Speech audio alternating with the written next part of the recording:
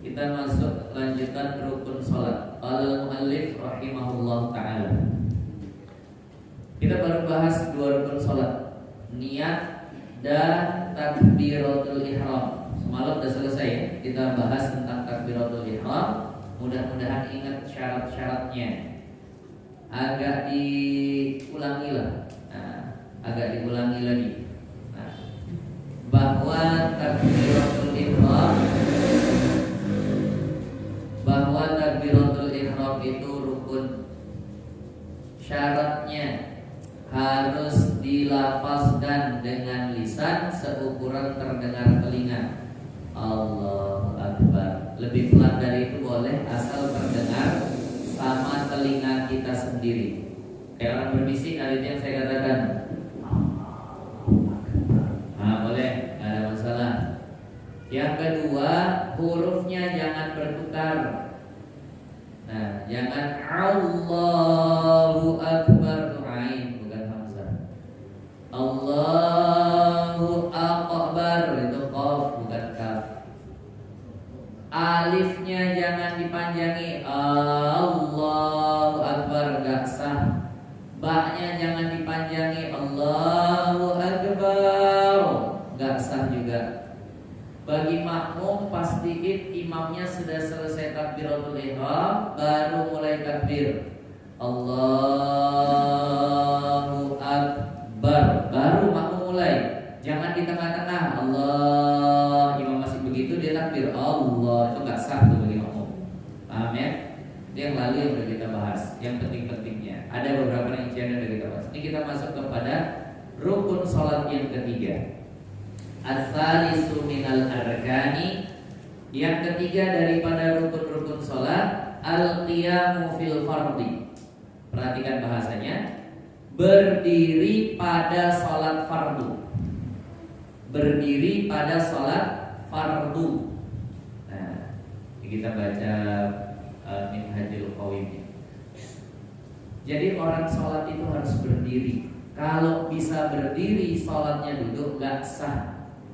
Kalau bisa berdiri, sholatnya itu gak berdiri, maka gak sah. Tapi ingat, ada kata-kata fil fardhi, pada sholat fardu. Kenapa mesti disebut pada sholat fardu? Berarti sholat sunnah walaupun bisa berdiri boleh duduk. Sekali lagi saya tekankan, sholat sunnah walaupun bisa berdiri tapi boleh dikerjakan sambil duduk. Habis sholat isya, kan sholat yang paling berat itu di antara sebagian orang itu kan sholat isya ya. Udah capek seharian kerja, maghrib masih bisa, isya udah ngantuk betul. Habis sholat isya, assalamualaikum warahmatullahi wabarakatuh. Duh, mau ngerjain Pak dia isya, kok males betul, berdiri lagi. Udah, sambil duduk aja. Gua apa nggak sanggup berdiri, sanggup, cuma males. Jadi dia duduk. Allahu Akbar. Ba'diyah isya'nya ya. Sah gak di sholatnya? Sah. Sekali lagi diingat betul, sholat sunnah sah dikerjakan sambil duduk walaupun dia sanggup berdiri. Tapi kalau sholat fardu tidak. Sholat fardu tidak. Tuh ya Allah, udah ngantuk, capek kerja seharian, malah pegel-pegel badan. Adalah sholat isya'nya duduk aja, nggak boleh. Kalau cuma seperti itu, kecuali memang nggak sanggup. Tapi kalau sholat qobliyah, ba'diyah silahkan. Sholat duha silahkan. Terawih. Itu kan capek, nggak bayangin 20 rakaat. 10 rakaat ambil berdiri, rakaat ke berikutnya duduk. Dibilang kalau sebelah bapak lumpuh, enggak. Lah kok duduk, ini sholat sunnah, capek gitu. Boleh. Nah, tapi ada konsekuensinya jelas. Nanti di ujung memang kita bahas, tapi ini saya sampaikan dulu. Hadis yang disampaikan oleh baginda Nabi, man shalla qa'iman fa huwa afdal. Barang siapa yang salat berdiri itu yang paling baik. Wa man shalla qa'idan fa huwa falahu nisfu ajril qa'im. Barang siapa yang salatnya sambil duduk, pahalanya setengah dari yang berdiri. Nah itu tetap dipotong lah, namanya juga ada unsur malesnya kan gitu. Separuh, misal sholat ba'diyah itu pahalanya 100. Nah kalau berdiri dia 100. dia ngerjainnya sambil duduk, maka pahalanya 50. Nah itu. Wa man shalla muttaji'an, dalam riwayat wa man shalla na'iman falahu nisfu ajril qa'im. Kalau sholatnya rebahan, bebaring tetap boleh walaupun sanggup berdiri. Sekali lagi, walaupun sanggup berdiri boleh sholatnya bebaring, tapi dia dapat pahalanya setengah dari yang duduk, berarti seperempat dari yang berdiri. Nah, tahajud, ya Allah, semalam Ustaz bilang tahajud kalau bisa jangan tinggal. Jangan sampai bangun itu udah subuh. Udah pernah saya sampaikan ya, telinga dikencingi setan kalau bangunnya sudah masuk waktu subuh. Bukan lewat subuh, pas subuh itu udah dikencingi setan. Jadi kalau bisa bangun itu sebelum subuh. Ya udahlah bangun. Kamar mandi pun udah berat betul, itu paling berat tuh. Nah, itu transit bisa 3 kali itu. Mau dari kamar ke kamar mandi aja transitnya bisa 3 kali. Bangun, ada sofa, belum bentar.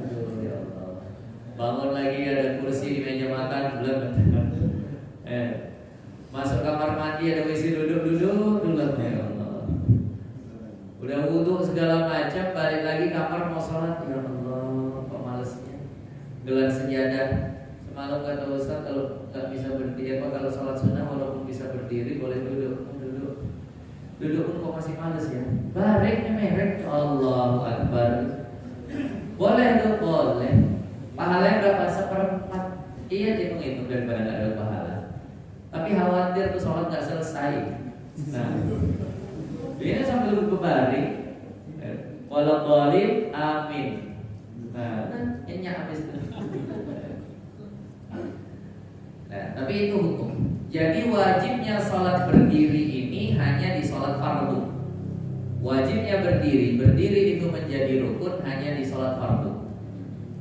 Nah, kalau begini, sholat duha ini kan sunnah. Boleh nggak dikerjai sambil duduk? Boleh, walaupun bisa berdiri. Tapi dia nazar mewajibkan amalan sunnah. Nah, ya Allah, kalau seandainya hari ini si fulan bayar hutang, ya Allah, aku nazar besok aku sholat duha 2 rakaat. Mintanya banyak, kerjanya dikit. Aku nazar besok sholat duha 2 rakaat. Hukum sholat duhanya rupanya beneran dibayar hutangnya tuh. Besoknya hukum sholat duhanya apa jadinya? Boleh nggak dia sholatnya sambil duduk? Tidak boleh, karena hukumnya sudah berubah menjadi wajib. Jelas ya? Walaupun wajibnya itu dengan dinazarkan, maka tetap dia harus berdiri sholatnya, nggak boleh duduk. Au kifayatan. Nah, ataupun fardunya fardu kifayah. Fardunya fardu kifayah. Sholat jenazah jangan duduk, berdiri. Nah, ini kan bukan fardu ain gitu, dia duduk nggak boleh. Kalau sholat jenazah bisa berdiri, wajib berdiri, nggak boleh duduk. Nah, apalagi berbaring, terketukar sama yang di depan. Nah, au ala suratil fardi kal mu'adati wa salatis sabiyyi, atau atas bentuk fardu, atau dia sholat sunnah tapi bentuknya seperti fardu. Gimana maksudnya? Ada istilah sholat mu'adah. Sholat mu'adah itu sholat mulang. Misal dia datang ke masjid dalam keadaan orang udah bubar sholat berjamaah, celingak-celinguk kanan kiri, ya nggak ada kawan nih. Ya udahlah sholat sendirian. Selesai 4 rakaat, assalamualaikum warahmatullah, assalamualaikum warahmatullah. Ini datang rombongan 5 orang atau 10 orang. Qomat satunya, Allahu Akbar, Allahu Akbar, asyhadu an la ilaha illallah. Ditunggu dari tadi nggak ada. Udah orang selesai sholat zuhur sendirian, baru ada jamaah zuhur nih. Maka bagi dia saat itu sunnah mengulang zuhurnya ikut kepada jamaah yang tadi. Sekali lagi, sunnah bagi dia mengulang sholat zuhurnya bersama jamaah yang tadi. Apa tujuan ulangnya? Supaya dapat pahala jamaah. Nah, ini pertanyaannya, apa hukum sholat zuhurnya yang kedua ini? Lo nggak wajib, enggak, yang wajib kan udah gugur tadi, dia udah kerjain sendiri. Ngulang ikut berjamaah ini hukumnya apa? Sunnah. Boleh nggak dia sholatnya sambil duduk? Kan tadi ketentuannya sholat sunnah boleh sambil duduk. Nggak boleh. Kenapa? Karena perbuatannya mirip seperti yang wajib. Nah, jelas kan? Itu maksud yang di sini dikatakan ala sholatil fardhi. Bentuknya seperti sholat fardu kal mu'adah. Lil qadiri alaihi, bagi siapa kewajiban berdiri dalam sholat? Bagi orang yang mampu atas berdiri, bagi yang bisa berdiri. Nah, walau bi ghairihi, nah, walaupun dengan bantuan orang lain, walaupun dengan bantuan orang lain. Nah, tapi kalau nggak sanggup berdiri, jangan nggak sholat. Tetap sholat sesanggupnya. Dia bisa berdiri, tapi dengan alat bantu, pegangan sama tongkat dia wajib, atau pegangan sama orang wajib, atau nyender wajib. Nah, bahkan nanti kalau nyender atau yang lain ini, kalaupun dia bisa berdiri itu tetap boleh. Nah, min awalit taharrumi bihi ijma'an, dari awal takbiratul ihram, terus dia harus berdiri. Nah, aman naflu wal ajizu fasayatiyani. Adapun pembahasan salat sunnah dan orang yang gak sanggup berdiri, maka itu nanti akan datang di akhir. Tadi sudah kita bahas sedikit.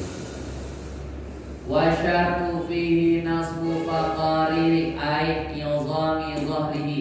Syarat berdiri itu gimana? Nah, ini harus supaya jelas. Berdiri udah berdiri, tapi harus tahu syarat berdiri yang sah untuk sholat itu bagaimana. Bahwa dia tegakkan tulang punggungnya. Nah, tulang punggungnya. La raqabatihi, tidak tulang lehernya. Yang mesti tegak ketika berdiri itu tulang punggung. Mohon maaf, saya pakai praktek. Yang mesti tegak ketika berdiri tulang punggung. Nah, nih, tulang leher gak mesti tegak. Bahkan nanti sunnah ketika sholat itu nunduk begini, supaya mata melihat tempat sujud. Itu sunnah, tulang leher ditekuk.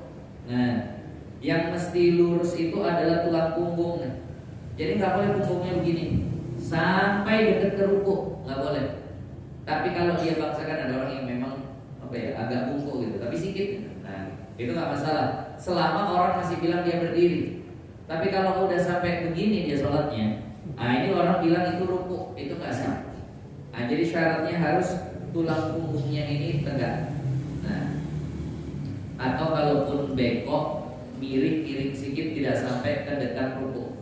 Nah, jadi kalau tulang leher nggak apa-apa, nggak tegak. Kenapa? Li'annahu yusanu itraqur ra'si, karena sesungguhnya disunnahkan nundukkan kepala. Nah, sunnah nundukkan kepala. Jangan kesana sini ketika sholat.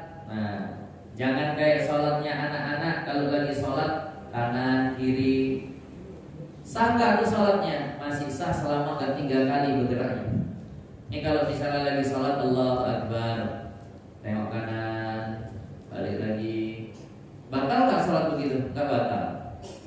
Nah, karena ngadap kiblat itu pakai dada bukan pakai wajah. Sekali lagi, menghadap kiblat pakai dada bukan pakai wajah. Nah, tengok atas.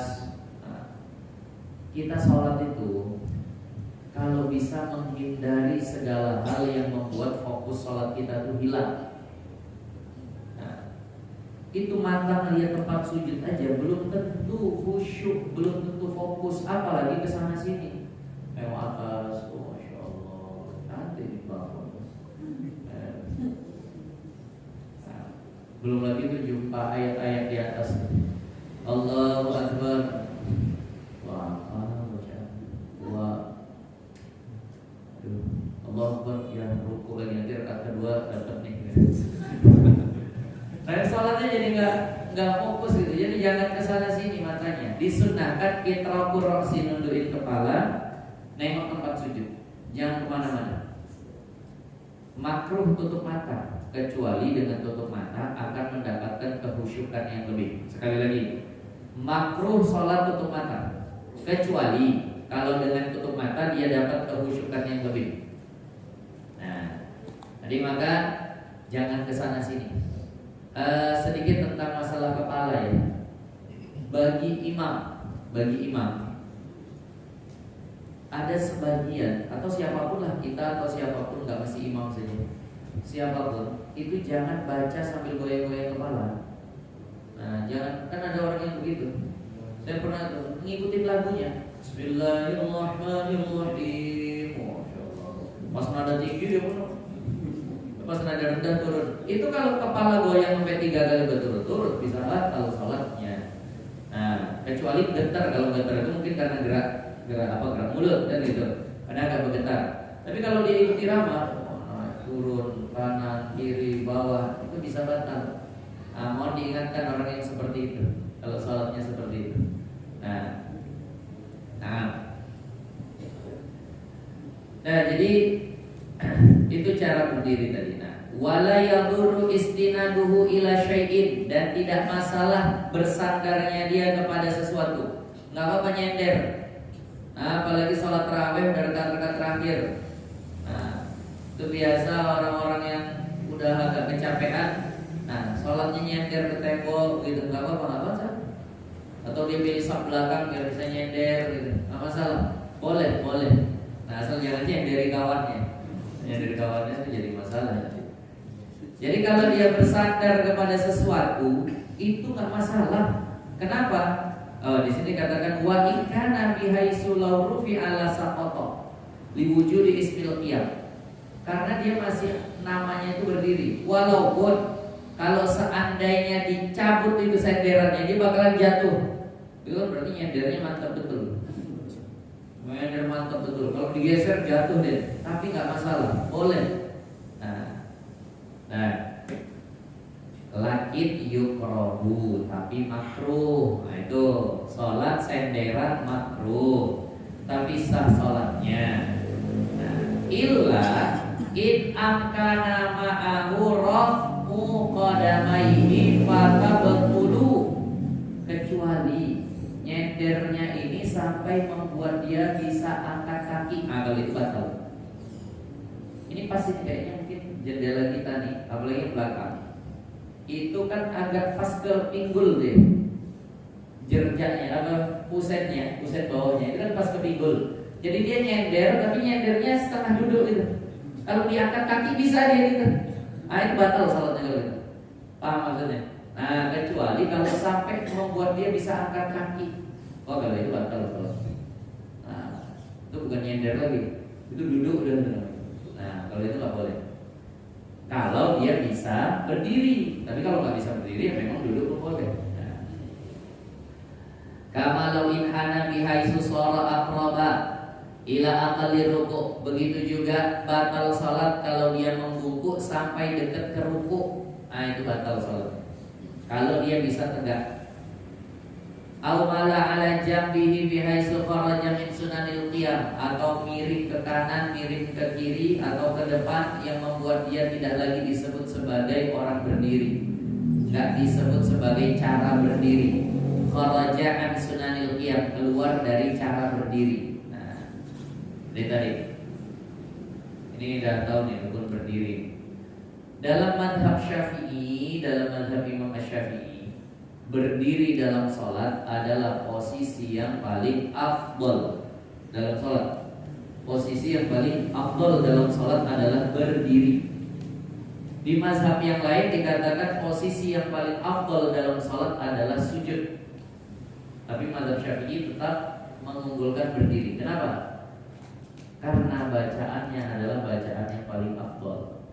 Apa bacaan di berdiri? Fatihah, yang merupakan induknya Al-Quran. Makanya posisinya menjadi posisi paling afdol. Tapi kalau sujud, ya itu nggak salah juga, karena itu adalah posisi paling dekat sama Allah. Rasulullah bersabda, aqrabu ma yakunul 'abdu ila rabbih fahuwa sajid. Posisi yang paling dekat seorang hamba dengan Tuhannya itu adalah ketika dia sedang sujud. Ini sebenarnya hadis ini sudah cukup jadi bukti bahwa Allah itu tidak bertempat di langit, Pak. Tolong akidahnya dilurusin, kita belum belajar tauhid lagi, itu banyak betul yang harus dipelajari. tolong dilurusin akidahnya. Jangan beranggapan Allah itu bertempat. Tidak. Allah ada tanpa tempat. Di mana Allah? Jawabnya, Allah tidak bertempat.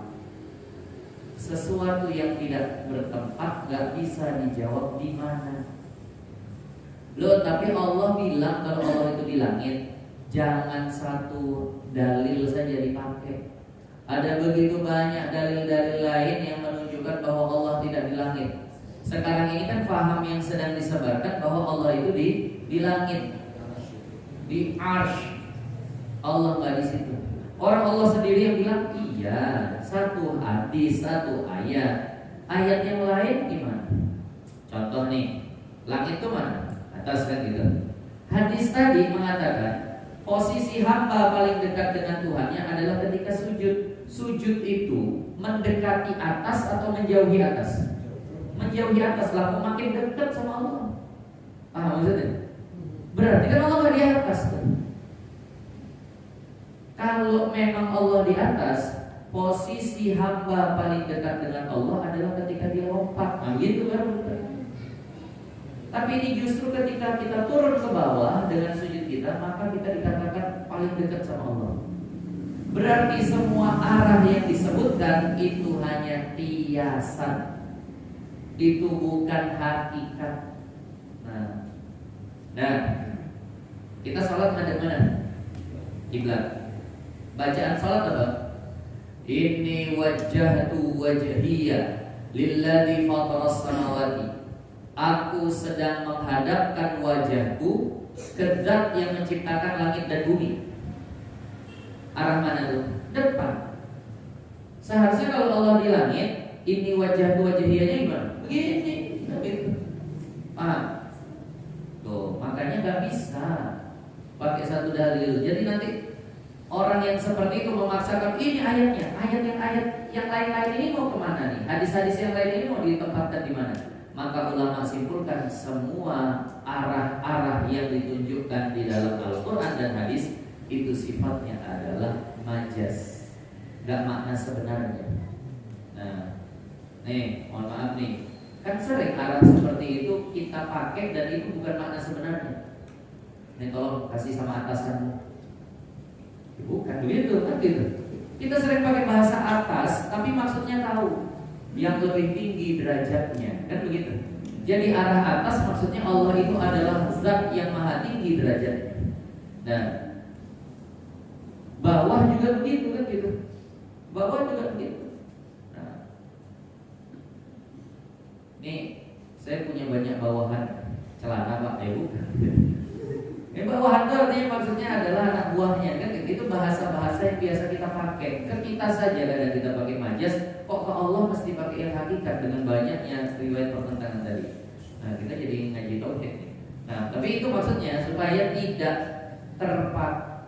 tidak termakan dengan pemahaman-pemahaman yang membuat Allah di langit, akhirnya membuat ayat lain jadi nggak laku. Ayat yang paling jelas lagi bahwasannya maksudnya hadis sahih. Rasulullah bersabda, yanzilu rabbukum, Tuhan kalian turun setiap sepertiga malam yang terakhir.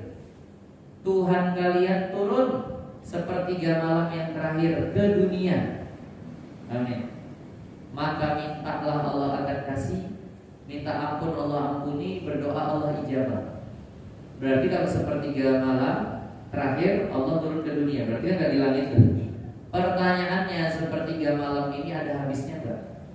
Di sini sepertiga malam. Ini kita di sini jam 9:30. Ada nggak di belahan lain di jam 2:30? Jam 3 malam ada nggak? Kita siang jam 11 siang. Ada nggak di belahan dunia lain itu jam 3 pagi? Itu jam 3 pagi nggak pernah habis Pak. Berarti Allah nggak pernah ke langit. Kan gitu jadinya. Mohon maaf sekali lagi, jangan dipaksakan maknanya makna yang sebenarnya. Banyak bertentangan nanti dengan yang lain. Jadi kalau ada yang bilang Allah di langit, tidak, Allah tidak bertempat. Loh itu banyak tempat-tempat. Itu buktikan bahwasannya Allah malah gak bertempat.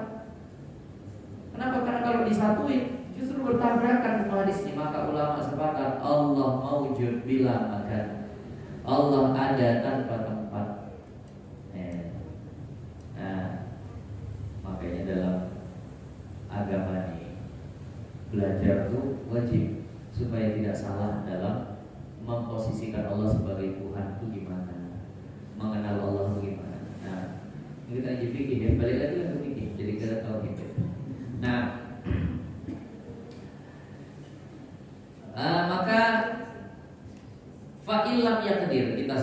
Jadi tadi berdiri ini adalah posisi yang paling afdal dalam mazhab Syafi'i. Fa illam yaqdir,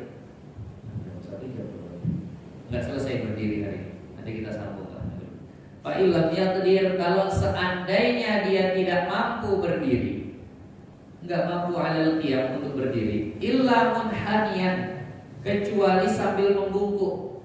Ada orang sudah tua. Nah, orang tua dulu. Nah, itu saya pernah jumpa nenek-nenek lagi nyapu halaman. Sapunya pendek. Nah, jadi dia bungkuk gitu. Saya pikir oh nenek ini karena nyapu nih makanya bungkuk. Gitu sapunya diletak, dia jalannya gitu juga tetap. Oh, berarti udah bongkok. Sekarang kita udah jarang jumpa orang bongkok. Belum bungkuk udah selesai. Kalau dulu sampai bungkuk masih ada umurnya. Sekarang belum bungkuk udah selesai dulu. Nah, seandainya ada nenek-nenek usia 90 tahun, udah membungkuk lah badannya begitu. Dia berdirinya kayak orang rukuk tuh, pernah nengok begitu ya? Berdirinya yang biasa tangannya diletak ke belakang kalau jalan tuh. Berdirinya ya udah kayak orang rukuk. Nah, itu gimana? Likauni zahrihi taqawwasa, karena keadaan punggungnya yang sudah membungkuk keras. Nah, au muttaqi'an ala syai' au ila ala rukbatayhi, atau ada yang justru nggak bisa berdiri, bukan punggungnya bisa lurus, tapi kakinya yang bermasalah, bisanya berlutut. Paham berlutut? Berdiri pakai lutut gitu. Nah, yang ini udah sakit lah gitu. Nah, au ila ma'anuhudi walau bimu'inin, atau dia harus dibantu bangkitnya itu dengan sesuatu, dengan ada orang yang membantu dia untuk berdiri. Nah, maka itu semua wajib dia lakukan. Ini mohon maaf begini. Ini ada bahasa yang membuat kita sebenarnya agak berat, tapi ya ini hukum tetap disampaikan. Ada orang yang kalau udah sujud, udah duduk, dia nggak sanggup berdiri lagi. Maka rakaat kedua nanti dia lanjutkan sambil duduk. Benar kan? Tapi seandainya dia masih bisa nyuruh orang bantu dia untuk berdiri, maka dia wajib nyuruh orang itu. Dia panggil, nah sini, sini berdiri. Ayah mau sholat asar. Ya sholat ayah nggak pandai, bukan nggak pandai. Ayah nanti waktu berdiri rakaat kedua, bantu ayah bangkit. Wajib tuh gitu. Jelas ya? Wajib nyuruh orang untuk bantu berdirinya. Aduh ya, mau kerja atau mau gigi dan memang nggak bisa ditinggalin. Ya udah, kalau nggak ada, nah baru tinggal duduk saja rakaat keduanya. Bahkan di sini mohon maaf ada bahasa begini, bi ujrati mislin wajadaha fadilata amma yu'tabaru fil fitrah, atau harus dibayar baru mau deh. Mas ini berdiri, nanti aku bangkit, aku berdiri. Aku mau kerja, aku nggak usah kerja, aku bayar lah kok. Nah, berapa? 10.000 cukup. Nah, kalau kerja ya paling sholat asar 10 sampai 15 menit. Nah, cukup kan 10.000. Ada bayar nanti 10.000, wajib membayar. Sampai setingkat itu. Ya Allah. Nah, sampai setingkat itu. Agak repot, tapi hukumnya begitu memang.